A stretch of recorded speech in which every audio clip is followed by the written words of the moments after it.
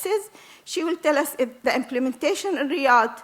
And then the last but not the least is Professor Walid Abuhammour, who will talk to us about his experience as an expert in pediatric infectious diseases in using the system in Al Jalila Pediatric Hospital. Now, it's my pleasure to introduce the co-moderator of this session, Dr. Tim Collins. So please, Doctor, the floor is yours now. Thank you.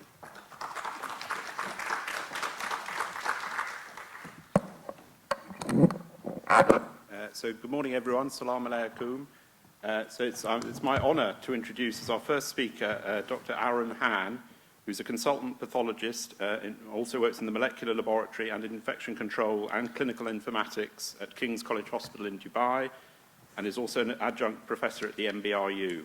He's a much sought-after speaker and has decades of USA and Middle East clinical and educational leadership experience. He's passionate about quality and growing leaders. He's a mentor and a board member. He cares about people, process, policy, and technical platforms. And I can vouchsafe for that from past CAP inspections at Tuam. And he'll be talking about the impact of rapid diagnostic and antibiotic reporting on clinical and economic outcomes. So, Professor Han, the floor is yours. Thank you, Dr. Tim. Thank you, Dr. Zulfa, for the kind introduction. And I'll be speaking on the problem for septic patients and some of the challenges in the clinical setting. Now, I want to also add my congratulations to the organizers. Thanks for the sponsors. I do get to teach at Khalifa University from time to time, and this is the fastest time I've been through the reception at Khalifa U without having to leave my passport or Emirates ID, so kudos. It is possible to get through real quickly, so it's really kudos to the organizing committee. You've set a high bar for all the other EMA societies in delivering a conference. So the challenge of antibiotic stewardship, impact of rapid diagnosis, and how do we proceed from here? How many people are in a clinical laboratory setting?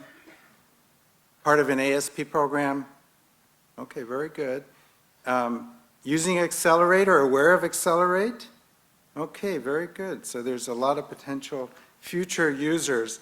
And my journey into microbiology, so I was trained in the US, and during my PhD training, I was in a department that was microbiology and immunology, but my research was on immunology.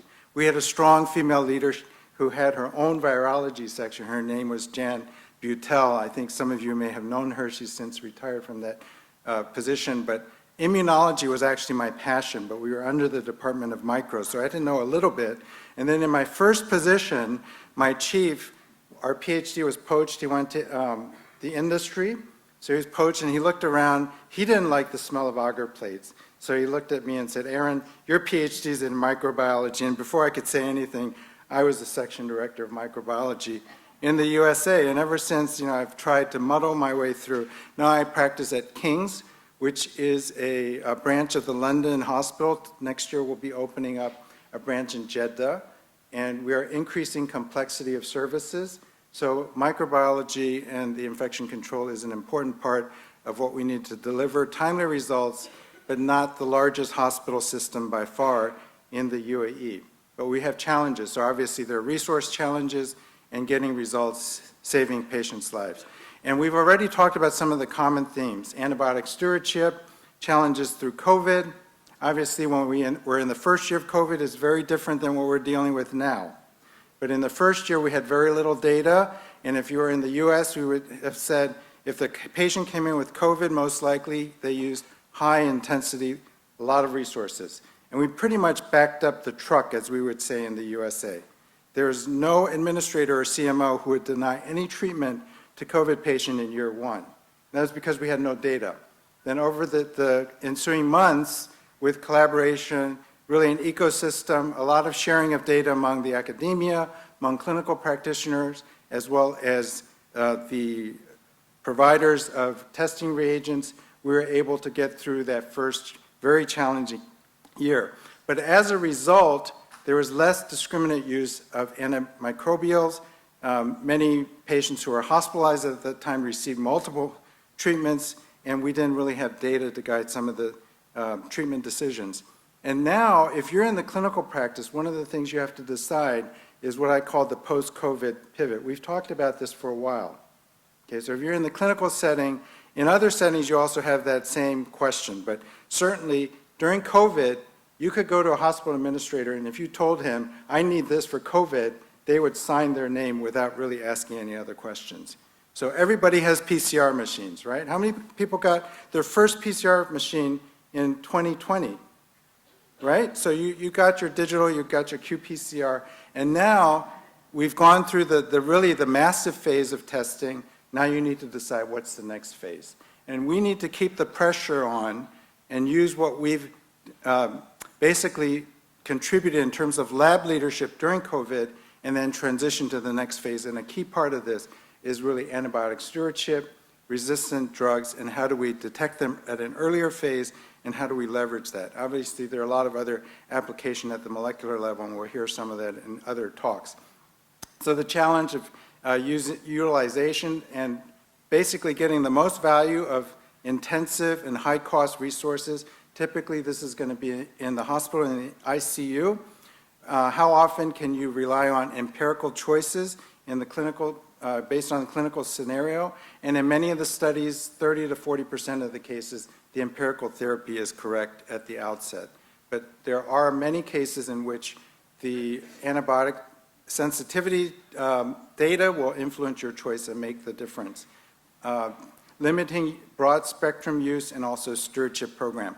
So to my shame, every once in my career, I do have a clinician that comes up to me. I have this a lot after usually medical meetings, cancer meetings, or sometimes one of the doctors in the clinic says, oh, there's this great test. Can you put it to use in the lab?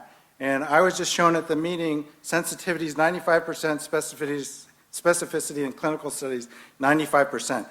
And the next thing they say is, I have the kit. So I promised my patients that tomorrow they will have this answer. And then you have to tell them, well, it never performs as the kit insert says. And if you're lucky, it performs 70 to 80% of what the kit says, okay? So to my shame, and this has happened a couple times in my career, my ICU doctor came to me and said, did you know there's this new machine that actually gives you a rapid, not only identification, but an AST within hours? And I said, no, I don't think that's achievable. And so I said, send me the company and we'll investigate it. And sure enough, he sent me the company. It's called Accelerate. They have a platform called Pheno. And I'm always very concerned about new platforms and new companies.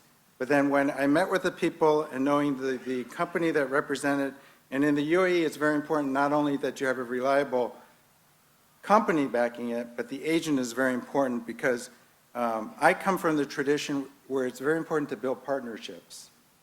Just having a new technology is not sufficient. You need to know that people can support this technology, that it will be going through different phases of validation, and there's sufficient support.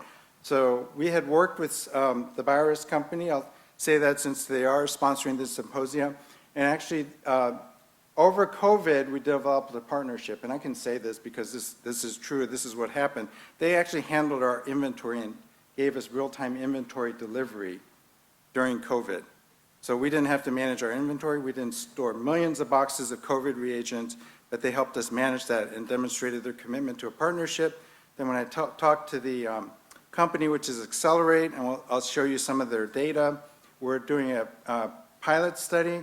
This is also the company that delivered a previous anatomic pathology module that I'm familiar with called Ventana. So I know that the people who are managing this product platform have a history of actually carrying it to useful clinical use. So not only does it identify certain specific bacterium and 2 species of Candida, it also provides the antibiotic sensitivity results. And the technology is probably too sophisticated for me to understand, but the ID part is primarily a fish-based diagnosis where the organisms are immobilized, and then there's a dynamic phase which the organism are challenged with antibiotics and then monitored at different time points to basically, through an algorithm, correlate with MIC and resistance. So the ICU doctor is coming to us, and we actually lost some patients. Possibly we could have changed their course if we knew their ID and sensitivity patterns earlier in the course of their disease, and every minute counts with your intensive patients. So we're a general hospital right now at King's, but in time we'll be adding more cancer patients, we'll be adding transplant programs, as well as doing more intensive surgeries. So these patients, every minute counts, getting the right antibiotics, preventing infections, using the right antibiotics as well.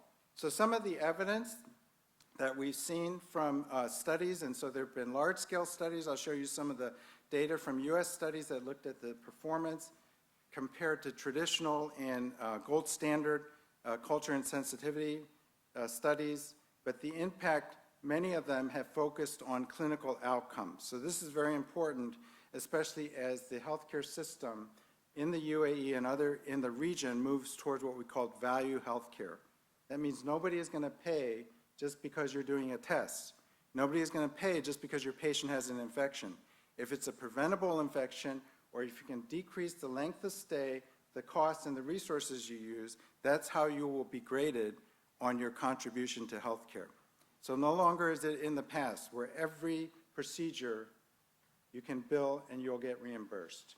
Okay, there will be a fixed amount of reimbursement, and then the question is, how can you best make the use of these resources? So there will be competition for resources. So every day that you limit the length of stay and decrease the length of stay to shorten by reducing mortality, by getting the optimal treatment down to the minimal time and days on therapy to limit it to the correct days, results in value. And that results in what's called cost savings, and your CFO is happy, and they will approve these type of purchases because they understand that at the end, it's not about increasing the numbers of your testing, but it's about improving the outcomes using the least amount but the appropriate amount of resources.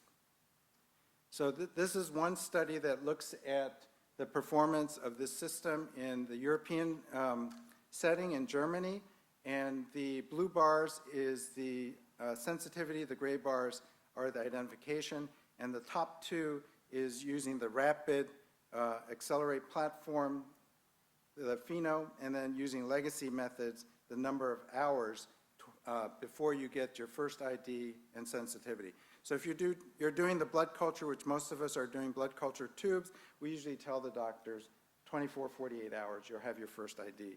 And then another 12 hours or so after that, you'll have your sensitivity results.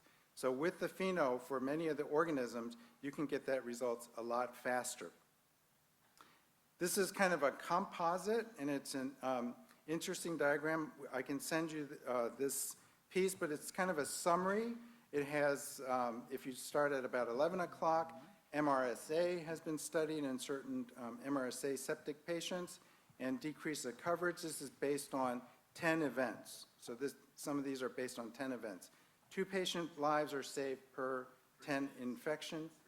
3 minutes. 3 minutes, oh wow.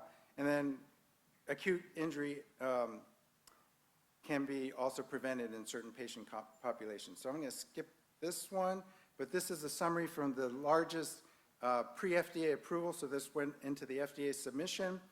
Almost 2,000 samples, half of which were actually direct from blood culture. So this is not simulated real-time use, but this is enriching for actually positive cultures. So half the specimens from positive cultures, half the cases from seeded samples of known organisms. So this is sensitivity and specificity results and very high numbers, but in your own institutions, you really have to do the studies to collaborate and corroborate these results. For antibiotic resistance, similarly high numbers and generally good performance for most of the important antibiotics. So in today, again, traditional results, time to results, and time to optimal therapy is listed here. With Accelerate Pheno, you get those results much faster. Usually you're going to cut down about a day to a day and a half to when you get the results and get the patient on the appropriate antibiotic therapy. Now, one of the things I should mention is when I look through the literature, one of the areas where I think the UAE could really contribute is the data on CRE organisms. Because when I look at that, most of the initial studies, the initial validation set had a low percentage of CREs, and most of the subsequent reports had about maybe 10 cases of CRE. So with our collective group, I think there's an opportunity where we could actually do a project, maybe have a central reference site. We could do probably the largest CRE sample with some coordination as well as support. Okay, so we've talked about this one more or less, some of the impact, length of stay, reducing days of treatment, and this is a quote actually from a friend in Arkansas. There's risk in introducing new technologies, but it's riskier to stay with the status quo. So with that, thank you for your attention.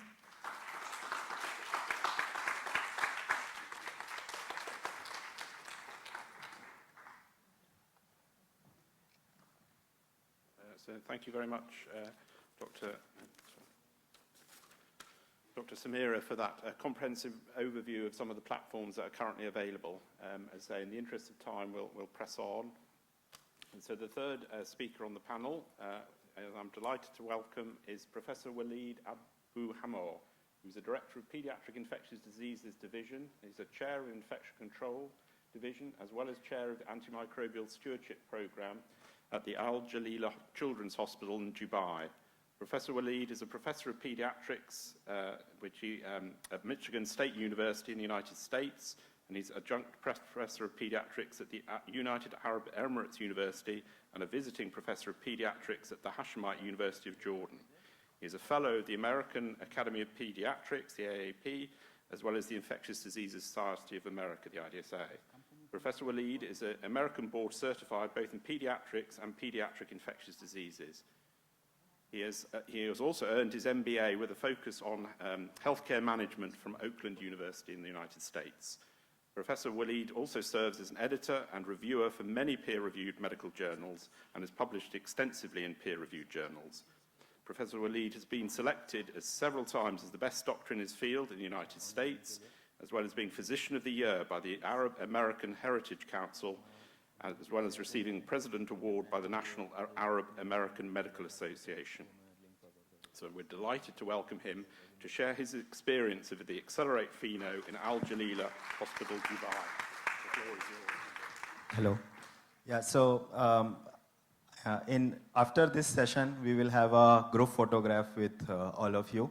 So we'll start with the lecture, and once the lecture will finish, Q&A panel will finish. Please be here for the group photograph. Thank you. Okay, thank you. Assalamu alaikum wa rahmatullah. Good morning to everyone. First, I would like to thank Accelerate and Bayoras, namely Rita, Mr. Ahmed, and I will not forget the instrumental lady Hiba for all her hard work. And I would like to take this opportunity to thank Dr. Zulfa, who's my friend. We work together, Mr. Moderator Tim, as well as the speakers who did very well and made my life very easy. So they did everything. No, I'm here, I don't know what to say. Dr. Aaron and Professor Samira, they did very well. So now my job is to ask you questions. Yeah. I would like to start with the conclusion, and this is the first time you will hear a presenter starts with the conclusion, right? From what you have said from the previous speakers, what do you think the conclusion of the experience with Accelerate? Guys, say something. What's the conclusion? You have it in your hospital? You should, exactly. You should have it in your hospital, and it is very good tool for life saving. And also, life is precious and priceless. So no more people to talk about cost. It is very cost effective, and I will show to you why it is very cost effective. But first, let me disclosure. This is sponsored by Accelerate. So let's be straightforward. So why we need rapid identification of blood cultures? And the answer is ultimate goal, life-saving, right? And what is the major cause of mortality in pediatrics as well as in adults? Sepsis, septic shock. And here the septic continuum, it is a spectrum from rapid systemic inflammatory rapid syndrome to sepsis with multi-organ dysfunction to septic shock. Now I will talk about epidemiology of sepsis and septic shock in children, and you will see that it is around 22 cases per 100,000 and around 200,000 of newborns per 100,000 that born, they have sepsis and septic shock. And this, if we translate it to 1.2 million cases per year, as well as 8% of all PEDS ICU admissions are because of sepsis and septic shock. So this is a big burden and big load in our healthcare institutions, knowing that, you know, sepsis and septic shock is one of the most common mortality in our patients and pediatric patients. Mortality rate, it depends where it is reported. It is from 4% to 50%. So 1 out of 2, if you miss the right diagnosis at the right time, and rapid identification of the organism, rapid commencement of the antibiotics, the mortality rate could be 50%, particularly as Dr. Zulfa mentioned and our previous speakers, we live in the era of antimicrobial resistance. 19% of all deaths globally due to sepsis and septic shock in children. And this is very important. The time is very sensitive when it comes in management of sepsis and septic shock in children. Majority, they die within 48 to 72 hours. What does it mean for you guys? The previous presenters, as well as Dr. Zulfa, mentioned that, you know, if you have to depend on the blood culture, which is still the gold standard, you need 72 hours to identify the susceptibility, to know the susceptibility. By this, the horse is out of the barn. It is done deal. So it's too late. We have to adapt. We have to move towards, we have to be dynamic. Things change, particularly after COVID. This is what I'm telling my residents and the students. Medicine before COVID is totally different after COVID. I have been seeing diseases I never heard of, I never seen of, me and my colleagues also. So we have to be vigilant, and we have to be open-minded, and we have to be receptive what we can do to improve our healthcare. I will stress more that delay in commencement of the right antibiotics, it carries high fold of mortality. And after 3 hours, the mortality, it will be 4 folds, and each hour it carries more, even mortality by 2 folds. As Dr.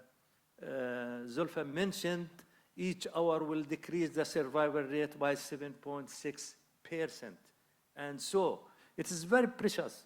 As Dr. Aaron mentioned, every minute counts. And the take-home message, please, you have to have ownership towards your patient. Our profession is totally different from other professions. We have to have own our patients, which means this is your son, this is your daughter, your father, your mother, your relative, your beloved one. So if you have the ownership, you will take all the measures. You will do everything that could save the life of your beloved one. Challenges that physicians, they face in our career, particularly when it comes to sepsis, especially in, I will say, in pediatrics as well as in geriatrics. In pediatrics and geriatrics. We have three challenges. One is the host, the second is the pathogen, and the third is the antibiotics. We have problems with and challenges with each one. For pediatrics, with the host, we have newborns, we have kids with underlying pathologies, so the vital signs is variable, the symptoms and signs non-specific, so we have to be really high vigilant, and we don't have to depend much on our clinical skills. So really we have to be vigilant, and we have to augment our management by rapid identification test or pathogens. Blood culture, everyone said that, you know, we need 72 hours minimum for identification and for susceptibility. And I would like to tell you, nowadays, identification does not mean much for you when it comes to gram negatives. Okay, Pseudomonas, what's the susceptibility? We don't know. You will have bizarre susceptibility panel for Pseudomonas and for other gram negatives. So more important to know the MIC at the right time. And when it comes to antibiotics, what's the major problem with the antibiotics? What's the major resistance? Do you remember when's the World Antibiotic Awareness Week? When it was? Last month. Last month. It was November 18 to 24. It is the World Antibiotic Awareness Week. And this is by the WHO and many major health organizations in the world designated this week for Antimicrobial Awareness Week. Why? Because the resistant now becoming the major threat for our patients and major challenge for us also when we are treating our patients. With the resistance, I would like to go back. With the resistance, do you think empirical or educated guess or intellectual guess will be that valid when we are dealing with a patient who is dying with septic shock? Guys, you are sleeping? Hey, I think, you know, coffee, you drink a lot of coffee this morning. Do you think educated guess to give the right antibiotics is so valid nowadays with this era of antimicrobial resistance? No, it is not. It is not. It is not, because I have seen different bizarre of antimicrobial resistance in our patients. You do your the best, and then you will be surprised with the panel of the resistance. So I think empirical treatment, this is good 20 years ago, when we have very limited resistance to our organism. That whatever you throw, if you throw meropenem and vancomycin, you are correct 100%. Right? Nowadays, if you go with meropenem and vancomycin, do you think 100% you are covering your pathogens in the patient? No. The answer is no. And what's the popular antibiotic combinations for our patients? Meropenem and vanco nowadays, right? So thanks to Dr. Zulfa, she is my right hand when it comes to the resistance and the antimicrobial antibiogram. Always I pick her and put her on pressure. Please give me the antibiotic antibiogram. And this is Dr. Zulfa work. Thanks, Dr. Zulfa. And this is the susceptibility 2022, 22, right? No, 21. And just to give you examples, for Klebsiella pneumonia, and this is from the newborn, I guess, you have almost 25% ESBL. 25%. And when it comes to E. coli, guess how much the ESBL for when it comes to E. coli? Any guess? I guess 50% in our hospital. Yeah, 1 in 2. And carbapenem resistant Pseudomonas aeruginosa. How much? 13%. Yeah, very good. Excellent.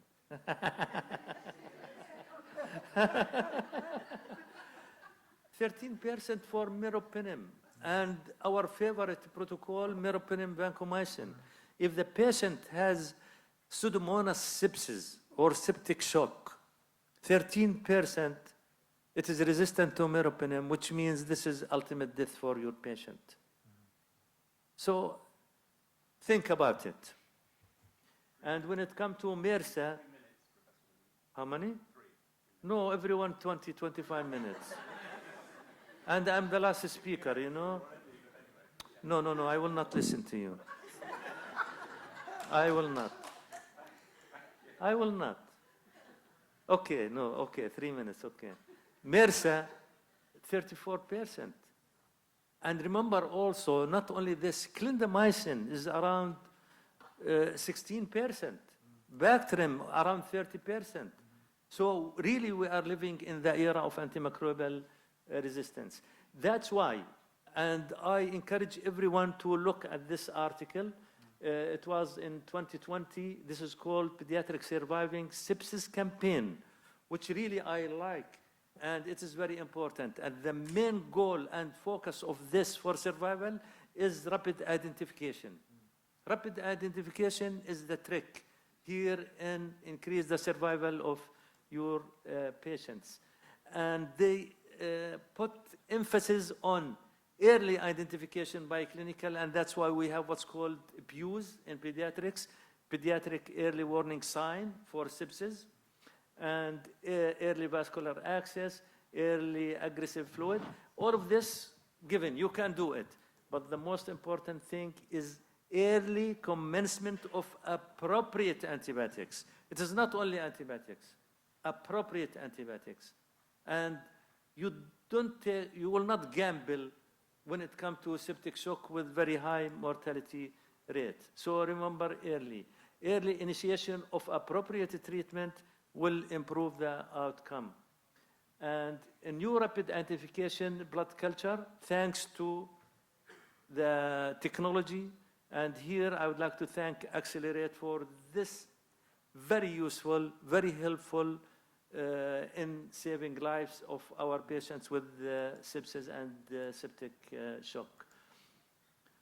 He put me under stress, okay? You know, when 3 minutes, this not considered. When Hiba told me we would like to have presentation, I have 70 slides. And she called me, you have 15 minutes. Oh my God. I said, you know, it is even more difficult to squeeze it to 15 minutes. Case presentation number 1, I will not go in details like Dr. Samira. I will give you the take-home message. This is 6 years old female with end-stage renal failure admitted to the PEDS ICU. To make it short, she was septic shock, and blood cultures given, and our favorite protocol, meropenem vancomycin. So it was Enterobacter, but thanks for the MIC, it is susceptible to Enterobacter, susceptible to what? To cefepime. So this, it serves also the purpose of antimicrobial stewardship program, de-escalating. And it has a lot of advantages. So this is one of the advantage also of rapid identification is you are serving the purpose of antimicrobial stewardship program. And patient improved. The second case, 4-month-old congenital heart disease. To cut it short, he became septic shock, and it was blood culture, again, meropenem vancomycin, our beloved protocol. And it was Pseudomonas aeruginosa, but it was resistant to meropenem. Thanks for Accelerate. It is susceptible to ceftazidime. So we changed to ceftazidime right away. Otherwise, if we would have waited for the regular blood culture, it will take 72 hours. 72 hours, it means what? The patient no more in the hospital, he will be somewhere else. So this is another important, useful tool also to be utilized efficiently in our critical care areas. And as Dr. Samira mentioned, we have to judiciously use the accelerate. Not everyone, particularly if the patient in newborn, immune compromised, in the PEDS ICU, in ICU, then we have to utilize it. And by the way, when people talking about cost, it is very cost effective. Here in Abu Dhabi, they implemented DRG, I think, for the last 5 years. Anyone from Abu Dhabi? DRG, it has been for 5 years or more, right? In Dubai, they implemented this for last year, I think, in September. What does it mean, DRG? Diagnosis related group. So you have lump sum payment, regardless how many days the patient's in your ICU. So it's very cost effective to have the right treatment and the right discharge time. The length of stay will be short. I have 1 minute. The patient improved. Okay, I promise you this is the last slide, if you allow me.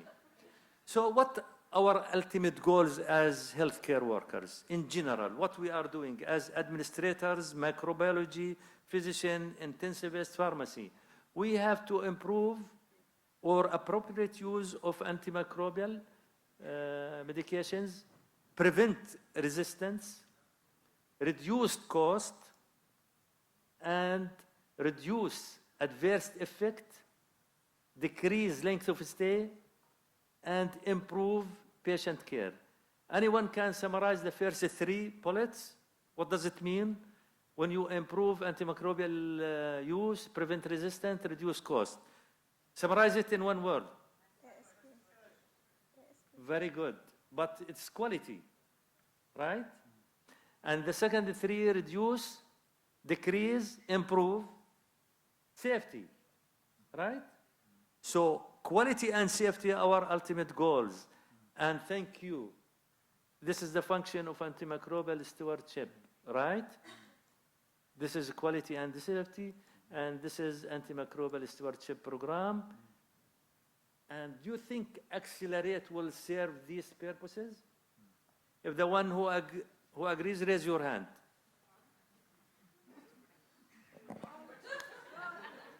There are a few people in the dark corner. They are sleeping. They are sleeping. They don't get lunch. No, they will not. No lunch for them. Rita, Hiba, take their names, you know? Yeah. And here our lovely baby doctor agree with me. As a microbiologist and from my experience, I just want to mention 1 point to all our microbiologists and the lab directors or whoever dealing with that.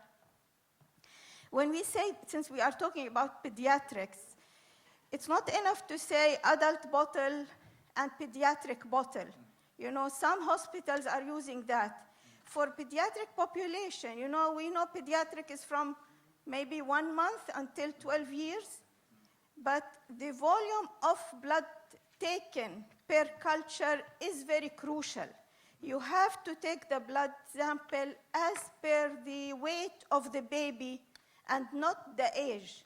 So please use that guideline. There are very good guidelines. So don't leave it to, okay, pediatric and adult bottles, and for a child who is maybe 10 years old, I don't know how much will be his weight, and take 1 ml. This will yield nothing. So we have the technologies, we have the culture, but if the sample, the right volume, is not collected at the right time, then all this is wasted. So please, all the microbiologists, all the lab specialists, pay attention, because this point, I have seen it missed in many occasions. And I would like to thank you all. Zulfa, I have a friend of mine in US, he's head of microbiology, and always telling me, Walid, garbage in, garbage out. Exactly. Garbage in, garbage out. And even sometimes they send 1 drop of blood in pediatrics or in newborns. And we are facing this issue, and it gives you False negative. It gives you false negative. So to take a blood per weight is very mandatory in pediatrics to have the right appropriate result. So thank you all again for attending, and many thanks to the eminent speakers for this informative sessions, and thank you, Virus, for sponsoring the event as well.